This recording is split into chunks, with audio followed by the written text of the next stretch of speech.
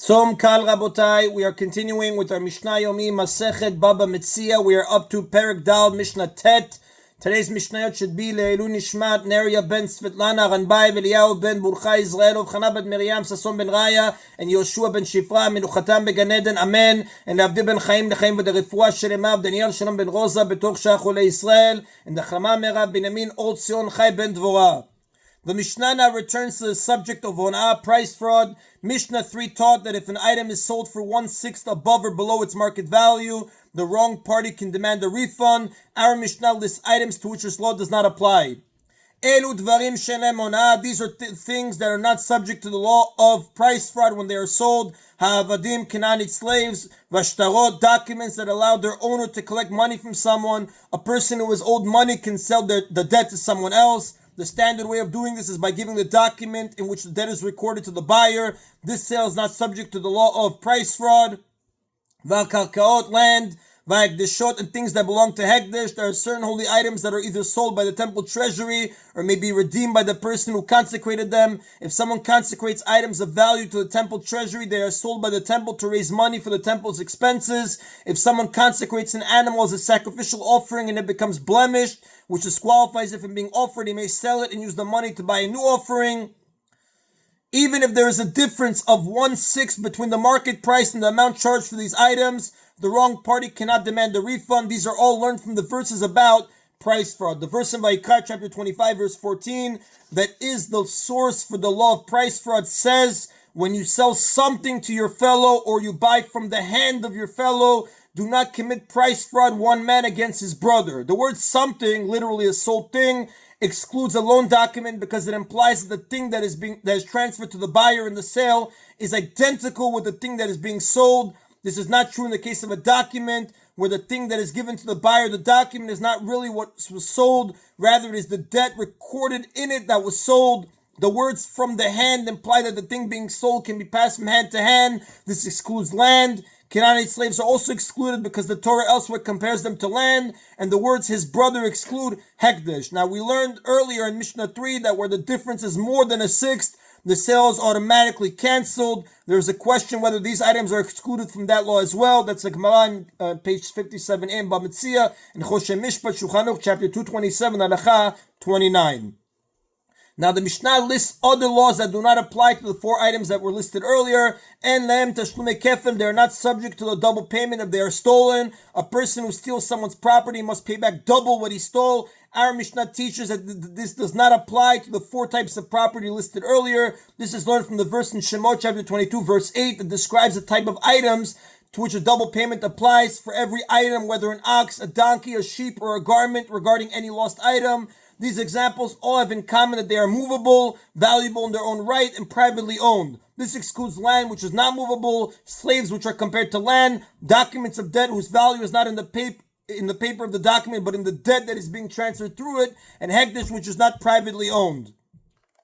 Nor to the payment of 4 or 5 times their value if there's a sheep or an ox stolen from hekdesh and then slaughtered or sold. If a person steals a sheep or an ox and slaughters or sells it, he must pay the owner 4 or 5 times its value. Our Mishnah teaches that this does not apply to animals that belong to hekdesh because the payment of 4 or 5 times includes the double payment of a regular thief, plus another 2 or 3 times the value of the sheep or ox. Since someone who steals hekdesh animals is not subject to the double payment, he is also not subject to these higher payments. Shomer chinam eino nishba, an unpaid shomer who was given one of these items to watch and claims that it was stolen or lost does not have to swear that he was not negligent in watching it. Ordinarily, if an unpaid watchman claims that the item he was given to watch was stolen or lost, he must swear that he was not negligent in guarding it and he is then exempt from paying for it. Our Mishnah teaches that this requirement of swearing does not apply to the 4 types of property that we listed earlier. This is learned from the examples given by the verse for the things for which a shomer swears in Shemot, chapter 22, verse 6, silver coins and vessels. These items have in common all the characteristics that we mentioned earlier, that they are movable, valuable in their own right, and privately owned, and they therefore exclude the same types of property, as the Gemara says on page 57b of Metzia with the commentary of Rashi. And a paid shomer does not have to pay for them if they were stolen or lost. Ordinarily, a paid watchman must pay for items that are stolen from him or lost. Our Mishnah teaches that this does not apply to the four types of property that we listed. Here too, the verse in Shemot chapter 22 verse 9 is phrased in a way that is similar to the verse regarding an unpaid shomer and therefore excludes these four types of property. All of these are learned from verses dealing with these laws. The Mishnah cites a Tano maintains that the law of price fraud does apply to certain types of hekdesh. Rabbi Shimon says, Kodashim shucha b'chayutan, Kodashim, animals designated as offerings for which a person is responsible for, meaning those which he must replace if they are lost, Yeshlen Onah, are subject to the law of price fraud because they're considered his property. There are two ways to donate an offering. A person can say about a specific animal, this is hereby an Olah offering, or he can say, I take upon myself to bring an Olah offering without designating any specific animal. Later he sets aside an animal and says, this is for my obligation, and the animal then becomes consecrated as an Olah, and again, Olah is just used as an example. If he donates the offering the first way, his only obligation is to bring that animal to the temple to be offered on the altar. If that animal gets lost or dies, he has no obligation to bring another one in its place because he never obligated himself to do anything more than bring the animal he originally designated as an olah. However, if he donates it the second way and the animal dies or is lost, he does have an obligation to replace it since his original commitment was to bring an olah, not any specific animal. Rabbi Shimon argues that where the owner is responsible to replace a donated animal, it is considered in some measure his property, even though it is hekdesh holy. Therefore, if it became blemished and he sells it, the phrase "do not commit price fraud, one man against his brother" applies to the sale. And those for which a person is not responsible, meaning which he does not have to replace if they are lost, and are not subject to the law of price fraud since they are not considered as property. The first Tan, however, holds that any animal that is hekdesh, consecrated, cannot be considered as property, even if he is responsible for it. Rabbi Yehuda expands the list of items to which price fraud does not apply. Rabbi Yehuda says, even when someone sells a Torah scroll, behema, an animal, umargalit, or a pearl, enem onah, they're not subject to the law of price fraud because a person is sometimes willing to pay a high price for them. A Torah scroll is priceless, so no amount is considered too much to pay for it.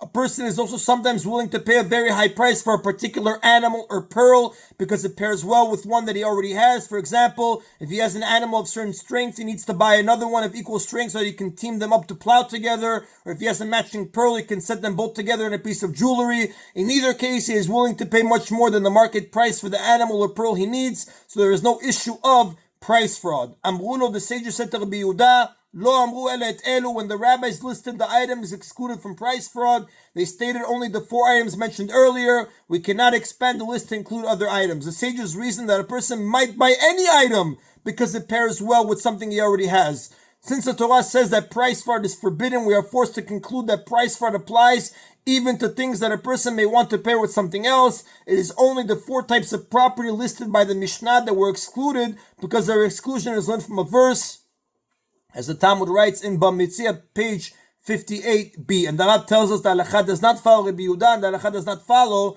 Rabbi Shimon. And that is then a Mishnah Tet. So until now, the Mishnah has discussed the prohibition of price fraud as it relates to business transactions. Mishna Yomi introduces another prohibition of price fraud. Keshem she'ona'ah b'mikach u'mimkar, just as price fraud, ona'ah, is forbidden in buying and selling, kach ona'ah b'dvarim, so too is ona'ah forbidden with words, meaning that one may not say something to another person that will pain him. The word ona'ah actually means to cause pain or distress. The Torah uses this word in connection with buying and selling to refer to causing pain to someone by cheating him, meaning overcharging or underpaying him. However, 3 verses later, the Torah repeats the warning about ona'ah without referring to commercial dealings. You shall not cause pain one man to his fellow, and you shall fear your God, for I am Hashem your God. The sages understand this verse to refer to causing pain to another person simply with words. And the Mishnah gives examples of ona'ah with words. Lo yomar lo, one should not say to a seller, Bechama chefet zeh, how much is his object, vehu eno rotzeh likach, when he does not want to buy it, because this pains the seller. It gives the seller the false hope that he will make a sale and then disappoints him. And it's possible that the seller will lower the price to get this person to buy it when he really has no interest in buying it. When other buyers hear this, they will refuse to pay the price the seller usually charges, so this person is actually causing him a monetary loss. If someone had been a sinner and then he repented, Lo yomar lo zecho ma'asecha yeshonim. A person should not say to him, remember your earlier sinful deeds, because that causes him shame and pain. Imu ben gerim, or if someone is a son of converts, lo yomar lo zecho ma'aseh avotecha. A person should not say to him, remember the deeds of your non-Jewish parents or ancestors, because this too causes him shame and pain. Shenemar, as it says in Shemot, chapter 22, verse 20, Veger lo toneh velo talchatzenu. You shall not cause pain to a convert, and you shall not oppress him. The phrase, you shall not oppress him, refers to onah and money dealings. Now the Torah states the prohibition to pain or cheat a convert to Judaism as a separate prohibition, but someone who pains a convert verbally or cheats him financially also violates a general prohibition to pain or cheat any Jew. Therefore, he violates two prohibitions, and the Gemara in page 59b in Metzia teaches that there is actually a third prohibition that forbids paining a convert in Vayikra chapter 19, verse 33. And that is the Nabotai of today's Mishna Yomi. Everybody should have a Tzom Kal. Baruch Adonai Leolam. Amen v'amen.